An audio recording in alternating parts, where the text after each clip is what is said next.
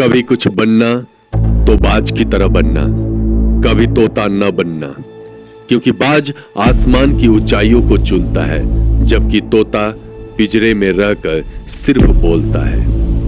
जिंदगी में चुनाव आपको करना है कि आपको ऊंचाइयों पर उड़ना है या सिर्फ बातें करना है।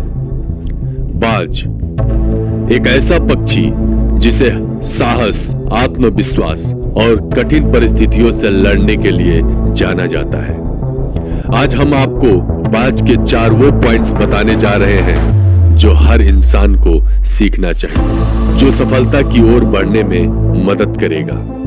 पहला लेसन, बाज की ऊंची उड़ान। बाज हमेशा ऊंचाई पर उड़ता है। वह छोटे पक्षियों के साथ समय नहीं बिताता है। बाज हमेशा बाज के साथ ही उड़ता है।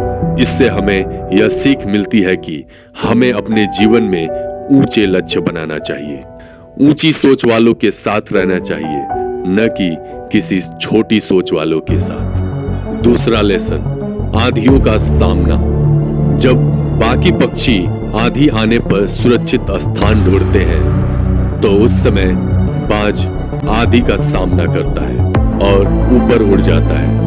इससे हमें यह सीख मिलती है कि हमें कठिनाइयों से डरने की बजाय उनका सामना करें। समस्याएं आपको मजबूत बनाती हैं और ऊंचाइयों पर ले जाती हैं। तीसरा लेसन, अपनी चोंच और पंजों को बदलना। बाज के जीवन में एक समय ऐसा आता है जब बाज की चोंच और पंजे पुराने हो जाते हैं, जिससे वह शिकार नहीं कर सकता। इस स्थिति में वह पहाड़ों में जाकर 150 दिनों तक खुद को बदलता है, अपनी चोंच तोड़ता है, पुराने पंजे हटाता है और नए पंख उगाता है। यह प्रक्रिया उसके लिए बहुत ही दर्दनाक होती है, लेकिन इसके बाद वह नई ऊर्जा के साथ 30 साल और जीता है। इससे हमें यह सीख मिलती है कि कभी-कभी बदलाव जरूरी होता है। अपने पुराने तरीकों को और आदतों को छोड़कर नए तरीके अपनाना चाहिए। दर्द भरा समय हमेशा के लिए नहीं होता।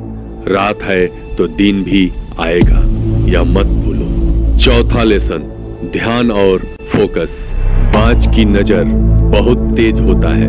वह आसमान की ऊंचाइयों से भी अपने शिकार पर ध्यान केंद्रित करता है और तब तक नहीं हटता जब तक वह उसे हासिल न कर ले। इससे हमें यह सीख मिलती है कि हमें अपने लक्ष्य पर पूरा फोकस रहना चाहिए। उस समय हर प्रकार के डिस्ट्रैक्शन से बचना चाहिए जब तक कि लक्ष्य प्राप्त न हो जाए। अपना प्रयास जारी रखना चाहिए।